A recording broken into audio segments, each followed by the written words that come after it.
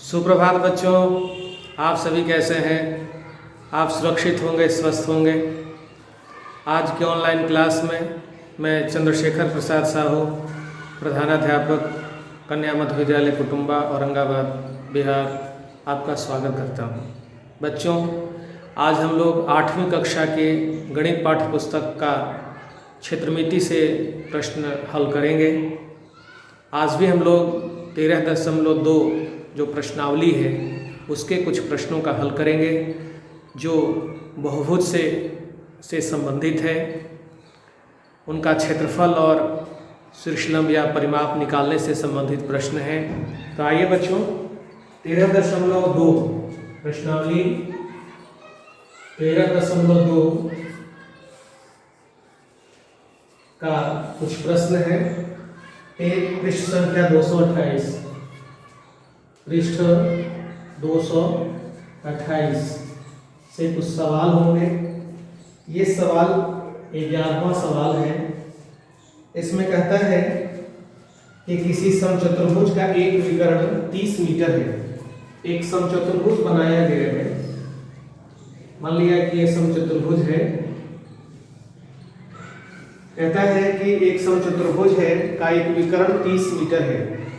यह जो विकर्ण है ये मान लिया कि 30 मीटर है। मान लिया कि ABCD एक समचतुर्भुज है जिसका DB विकर्ण है जिसकी लंबाई 30 मीटर है। अब कहता है कि सम्मुख शीर्षों से डाले गए लंब 10 मीटर और 8 मीटर है। ये जो विकर्ण है, इस विकर्ण पर सम्मुख शीर्ष से लंब डाले गए हैं। 90 डिग्री का कोण शीर्ष से इस आधार पर बनता है। तो इसकी माप 10 मीटर है और फिर इस शीर्ष से भी इस पर लंब डाला जाता है, इसी विकर्ण पर। तो ये लंब डाला गया, तो इस शीर्ष लंब की माप जो है 8 मीटर है। तो बताना है कि इस समचतुर्भुज का क्षेत्रफल कितना है। ये समचतुर्भुज है जिसका एक विकर्ण 30 मीटर है।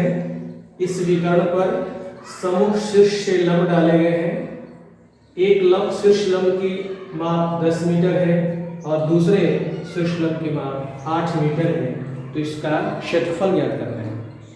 तो क्षेत्रफल निकालने का सूत्र क्या होता है? तो समचतुर्भुज का क्षेत्रफल होता है, समचतुर्भुज का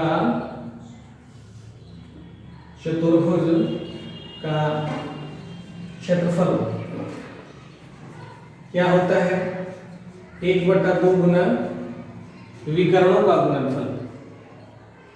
लेकिन यहां पर एक विकर्ण दिया हुआ है, दूसरा विकर्ण ज्ञात नहीं है। तो हम करेंगे क्या कि यहाँ पर ये विकर्ण की माप दिया हुआ है और ये शीर्ष लंब दिया हुआ है। तो इस समचतुर्भुज में दो प्रकार के त्रिभुज बन रहे हैं। एक त्रिभुज ABD है और दूसरा त्रिभुज BCD है। तो इस समचतुर्भुज का क्षेत्रफल होगा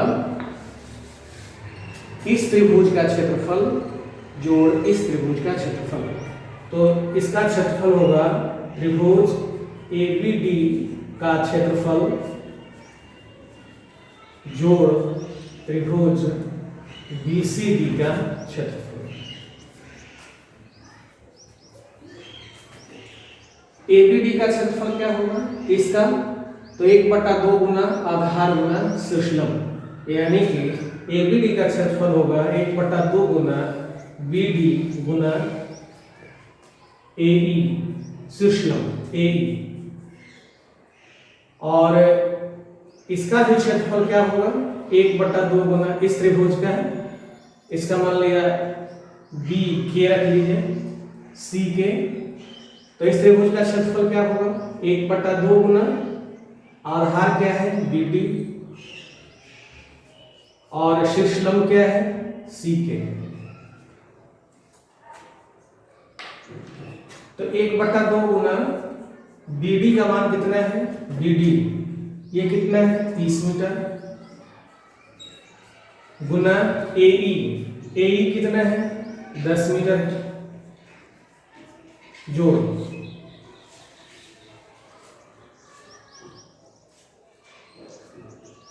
1/2 गुना BD का मान भी कितना है? 30 मीटर।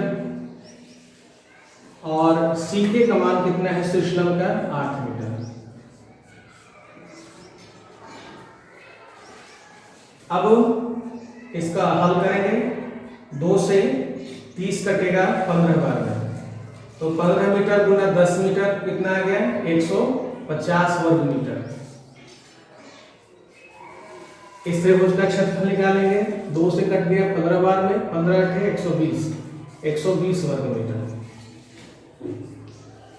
मतलब ये कि इस त्रिभुज का क्षेत्रफल 150 वर्ग मीटर और इस त्रिभुज का क्षेत्रफल 120 वर्ग मीटर, दोनों को जोड़ देंगे 270 वर्ग मीटर आएगा। तो आपने देखा कि इस समचतुर्भुज के क्षेत्रफल में जिस तरह से डायग्राम बना, चित्र बना, इसमें 2 त्रिभुज बने। एक त्रिभुज ABD और दूसरा त्रिभुज BCD। इसका क्षेत्रफल निकालिए 1/2 गुना आधार गुना शीर्षलंब से। इसका भी क्षेत्रफल निकालिए 1/2 गुना आधार गुना शीर्षलंब से, और दोनों के क्षेत्रफल को जोड़ दिए तो इस समचतुर्भुज का क्षेत्रफल निकल गया। तो इस तरह से इसका हल किए। अगला प्रश्न है बच्चों, एक और दूसरी आकृति है जो समलंब चतुर्भुज की ही आकृति है। इसमें कहता है कि 2 समांतर भुजाएं हैं। एक समांतर भुजा की लंबाई 10 सेमी है और दूसरी समांतर भुजा की लंबाई 22 सेमी है। ये कितना है? 10 सेमी। और ये कितना है? 22 सेमी। फिर कहता है कि AD चित्र में बनाया हुआ है, AD का जो भाग है ये है 10 सेमी और ये भी 10 सेमी है। इसका नाम रखा हुआ है ABCD। ये भी 10 सेमी है। ये समलंब चतुर्भुज है। ये क्वेश्चन नंबर 12 है। तो समलंब चतुर्भुज में समांतर भुजा की माप दी गई है, 10 सेमी है और 22 सेमी है। और दूसरे और जो समांतर भुजाएं हैं उसका भी माप 10 सेमी और 10 सेमी है। तो आइए इसमें कुछ हम रेखा खींचते हैं। तो हम AD के समानांतर CE से AD आधार पर एक रेखा खींचते हैं। तो खींच दिया ये रेखा। ये रेखा मान लिया कि E है। तो जब इसके समानांतर खींचे हैं और ये दोनों समांतर रेखा है तो इसके बीच की दूरी भी 10 सेमी ही होगी। तो आपके पास ये समलंब चतुर्भुज है, लेकिन इसके 2 हिस्से हो गए। एक हिस्सा है जो एक समांतर चतुर्भुज का बन गया और दूसरा एक समद्विबाहु त्रिभुज का बन गया। समद्विबाहु त्रिभुज क्यों? क्योंकि इस भुजा की लंबाई भी 10 सेमी है और इस भुजा की भी लंबाई 10 सेमी है। तो जब दोनों 2 भुजा की लंबाई सम है तो ये किस प्रकार का चतुर्भुज त्रिभुज हुआ? ये समद्विबाहु त्रिभुज हुआ। तो समद्विबाहु त्रिभुज के शीर्ष से आधार पर डाला गया लंब जो होता है, ये दोनों भुजाओं ये आधार को समद्विभाजित करता है। मतलब कि अगर C से F, CF शीर्ष लंब है तो ये दोनों भुजा समद्विभाजित होगी, बराबर बराबर माप की होगी। तो A से B तक की लंबाई 22 सेमी है और ये 10 सेमी है और इसके समानांतर और बराबर खींचा गया है तो ये भी क्या हो गया? 10 सेमी हो गया। तो ये कितना हो गया? EB कितना बच गया? यहां से यहां तक 22 है, यहां से यहां तक 10 सेमी खींचा है, तो EB जो हुआ वो 12 सेमी का हुआ। तो जब 12 सेमी का हुआ और ये समद्विबाहु त्रिभुज है, इसकी भुजा बराबर है, तो इसके शीर्ष से खींचा गया जो लंब होगा ये भुजा को समद्विभाजित करेगा। मतलब कि ये अगर 12 सेमी है तो ये इतना 6 सेमी होगा और इतना 6 सेमी होगा, मतलब ये भी 6 सेमी होगा और ये भी 6 सेमी होगा। समझ गए? तो आप ये देखिए कि यहाँ दो त्रिभुज बन रहा है, एक बन रहा है CFB और CFE।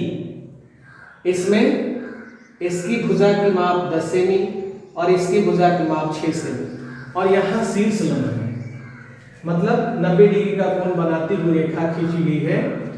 तो ये त्रिभुज CFB जो हुआ वो समकोण त्रिभुज हुआ, चूंकि त्रिभुज CFB समकोण त्रिभुज है, समकोण त्रिभुज है। तो समकोण त्रिभुज में 90 डिग्री के सामने की भुजा जो होती है वो कर्ण कहलाती है। तो सूत्र है कर्ण स्क्वायर बराबर लंब स्क्वायर प्लस आधार स्क्वायर। तो यहाँ कर्ण दिया हुआ है, आधार दिया हुआ है, शीर्ष लंब निकालना है। तो यहाँ लंब स्क्वायर बराबर होगा कर्ण स्क्वायर माइनस आधार स्क्वायर, अर्थात CF स्क्वायर बराबर होगा CB square minus FB square, यानी कि लंब स्क्वायर बराबर कर्ण स्क्वायर माइनस आधार स्क्वायर। तो CF स्क्वायर बराबर हो गया CB कितना है तो 10 है, 10 स्क्वायर माइनस FB कितना है तो 6 है। तो 10 का स्क्वायर 100, 6 का स्क्वायर 36। तो CF स्क्वायर कितना आएगा 100 में से 36 कितना आएगा, ये सब सेमी स्क्वायर होंगे। तो 100 में से 36 घटेगा तो कितना आएगा 64 सेमी स्क्वायर। तो CF बराबर कितना आ गया √64 सेमी स्क्वायर, यानी कि 8 सेमी। CF 8 सेमी आया, CF 8 सेमी, यानी कि शीर्ष लंब की माप होगी 8 सेमी। शीर्ष लंब 8 सेमी इसकी माप हो गई। तो जब शीर्ष लंब ज्ञात हो गया तो इसका समलंब चतुर्भुज का क्षेत्रफल क्या निकालेंगे। तो समलंब चतुर्भुज का क्षेत्रफल का सूत्र क्या होता है, इसका सूत्र होता है 1/2 गुना समांतर भुजाओं का योग, समांतर भुजाओं का योग गुना शीर्ष लंब। तो हम लोग शीर्ष लंब ज्ञात कर चुके हैं और समांतर भुजाओं का योग, समांतर भुजा प्रश्न में ही दिया हुआ है। 1/2 गुना समांतर भुजा कौन कौन 10 सेमी जोड़ 22 सेमी गुना शीर्ष लंब 8 सेमी। तो 2 से 8 कटा कितने बार में 4 बार में। यहाँ 10 और 22 कितना आ गया 32 सेमी गुना 4 सेमी। तो कितना आ गया 4 दूनी 8, 4 तिया 12, 128 वर्ग सेमी इसका क्षेत्रफल निकल गया। तो 128 वर्ग सेमी इसका क्षेत्रफल निकालने के लिए मैंने क्या किया, त्रिभुज की रचना किया और त्रिभुज में कर्ण और आधार की सहायता से शीर्ष लंब ज्ञात कर लिया। और फिर शीर्ष लंब जब ज्ञात हो गया तो समलंब चतुर्भुज का क्षेत्रफल का सूत्र समांतर भुजाओं का योग और शीर्ष लंब रख करके हल कर दिया तो समलंब चतुर्भुज का क्षेत्रफल निकल गया। तो बच्चों ये समलंब चतुर्भुज समचतुर्भुज पर कई प्रश्न हम लोग बनाए। अब हम लोग आगे और भी जो क्षेत्रमिति से संबंधित कुछ आकृतियां हैं उनके वक्र पृष्ठ, उनका आयतन, पर भी चर्चा करेंगे। तो अभी तक हम लोग बच्चों जो चर्चा किए हैं वो किन समतल एवं बंद आकृतियों पर चर्चा किए हैं। तो हम लोग चर्चा किए हैं वर्ग पर, चर्चा किया। फिर किस पर चर्चा किया? फिर चर्चा हम लोगों ने किया है आयत पर, चर्चा किया। फिर किस पर चर्चा किया है? तो हम लोगों ने चर्चा किया है त्रिभुज पर। और किस पर किया है? हम लोगों ने चर्चा किया है वृत्त पर। देखिए, ये वर्ग, ये आयत, ये त्रिभुज और ये वृत्त, इसका हम लोग क्षेत्रफल ज्ञात किए, परिमाप, परिधि या परिमिति ज्ञात किए। अब ये जो आकृति है, ज्यामितीय आकृति, इनको दो अक्ष पर रखा जा सकता है। ये रहेंगे x अक्ष पर और y अक्ष पर, इनको रखा जा सकता है। लेकिन अगर तीन अक्ष पर रखना होगा, 3 अक्ष पर रखना होगा, ये मान लिया x है, ये y है, ये z है, ये 0 यहां पर है, 0 है। तो दो अक्ष पर ज्यामितीय आकृतियां कुछ रखी जाती हैं, इन्हें हम कहते हैं द्विविमीय आकृति, 2 डायमेंशनल। ये द्विविमीय है, ये दो अक्ष पर टिक सकते हैं। ये कितने पर? 2 अक्ष पर टिक सकते हैं। लेकिन इन्हीं को अगर 3 अक्ष पर करने के लिए इसके स्वरूप में कुछ परिवर्तन लाना होगा। तो इनके स्वरूप में परिवर्तन लाकर उस आकृति को हम त्रिविमीय के स्वरूप में बदल सकते हैं। तो ये वर्ग से त्रिविमीय स्वरूप क्या बदल सकते हैं? तो आइए देखते हैं। ये वर्ग है, अब इसको त्रिविमीय रूप में लाना है। तो त्रिविमीय का मतलब कि 3 अक्ष पर होना चाहिए उसे। तो एक और वर्ग बनाते हैं, ऐसे वर्ग बना दिए। एक वर्ग यह है, एक वर्ग यह है। अब इसे हम मिला देंगे।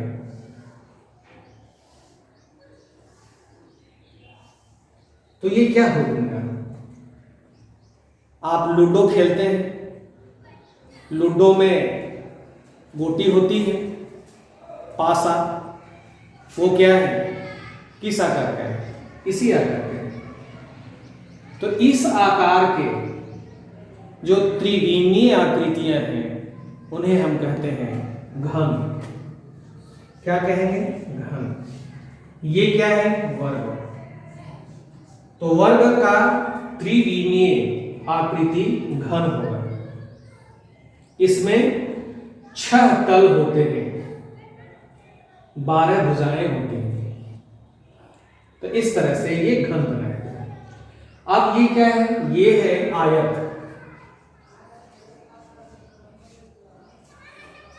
ये आयत है। अब आयत को हम त्रिविमीय स्वरूप में क्या बनाएंगे?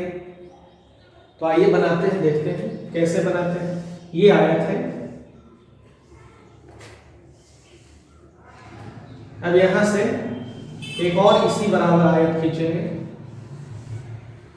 अब इसको क्या करेंगे? सिरा को मिलाएंगे।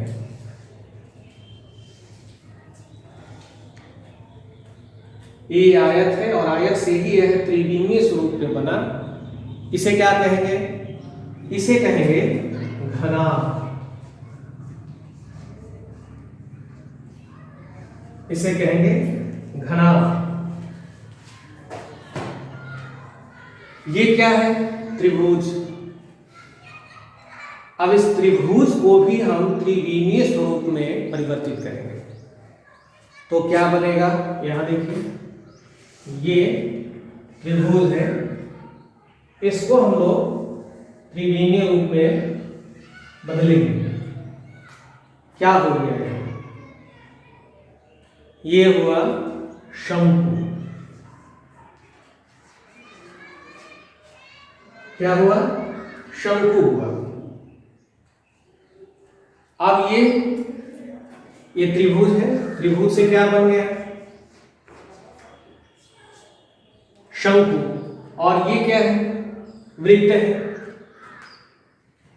तो अगर इस तरह की आकृति हम बनाते हैं ऐसे, तो ये क्या होगा?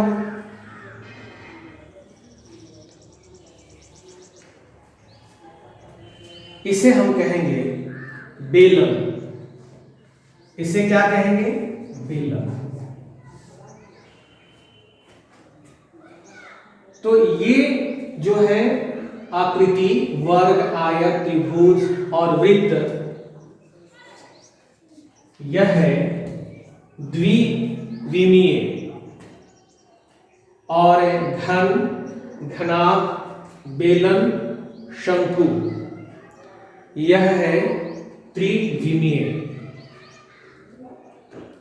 तो बच्चों, अब हम लोग ये घन, घनाभ, शंकु, बेलन का पृष्ठ क्षेत्रफल, इसका आयतन के बारे में चर्चा करेंगे। आपको घर से बनाने के लिए मैं कुछ प्रश्न दे रहा हूं कि घन के आकृति के 5 वस्तुओं का नाम लिखकर लाएंगे। घन के आकार के 5 वस्तुओं का नाम लिख के लाना है। 5 वस्तुओं का नाम लिखकर आपको लाना है कि घन के आकार की कौन कौन सी 5 वस्तुएं होंगी, घनाभ के आकार में कौन कौन सी 5 वस्तुएं होंगी, बेलन के आकार के 5 वस्तुओं, 5 पदार्थों का नाम लिख के लाना है, और शंकु के आकार का भी 5 प्रकार के पदार्थों का नाम लिख के लाना है। तो ये आपके लिए घर से लाकर घर पर बनाने का प्रश्न हो गया। आप इनके आकार के 5 पदार्थों, वस्तुओं का नाम लिखकर जो हम लोगों का व्हाट्सएप ग्रुप बना है उसमें आप ज़रूर पोस्ट करेंगे। तो बच्चों, आज का ऑनलाइन क्लास इतना ही।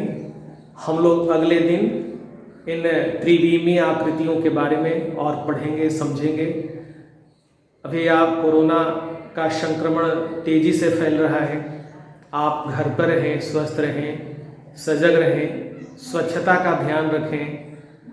अच्छा स्वास्थ्य कैसे हो इसके लिए आप सजग रहें। भीड़ भाड़ वाली जगहों में न जाएं।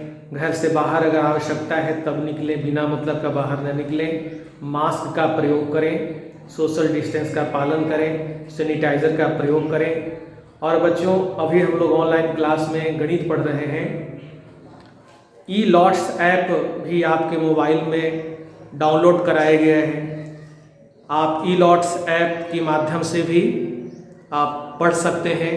उसमें आपके क्लास की किताबें, सभी विषयों की किताबें उसमें हैं, उसका प्रश्न उत्तर है, उसमें छोटा छोटा वीडियो क्लिप भी डाला हुआ है। तो आप ई-लॉट्स के ऐप के माध्यम से और भी विषयों की पढ़ाई कर सकते हैं। आप ई-लॉट्स ऐप का ज़रूर प्रयोग करें। आपका बहुत बहुत धन्यवाद, बहुत बहुत शुभकामनाएं। आपका दिन शुभ हो।